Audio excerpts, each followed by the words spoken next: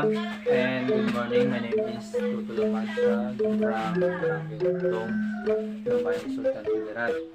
And I will represent to you to arts, and this is cultural Maguindanaon. And although taga Maguindanao lang ang nakakaalam. So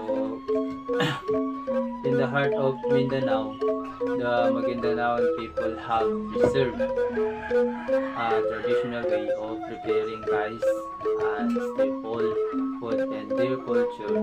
From generation, they have used the luzong and ayos, mortar and pestle to pound rice. The luzong, there is a luzong and there is a pestle. So the luzong is a large hollow out log typically made from durable wood like kamagong or tangle. The ayos, on the other hand, is a heavy cylindrical pestle, often carved from a single piece of wood. To pound the rice, one must develop a rhythmic motion alternating between pounding and grinding. This labor-intensive process requires patience, skills, and practice. The end result is a fragrant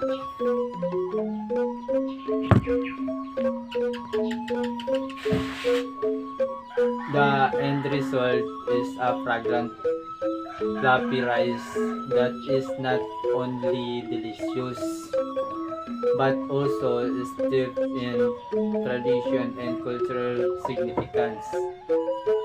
And Maguindanaon culture, pounding rice is not just a task but an act of love and respect for one's heritage. As we continue to embrace modern ways of living, it's heartening to see tradition like once preserved and passed down to future generations. The luzong and ayos. So there is a ayos and there is a luzong or pestle, kamagong.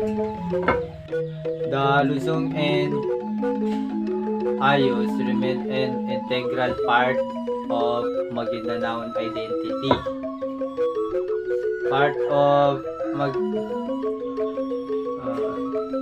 connecting them to their rich cultural heritage. And in the rhythm of the luzong and ayos, we hear the heartbeat of Maguindanaon tradition and remind of the importance of preserving our cultural heritage for generation to come.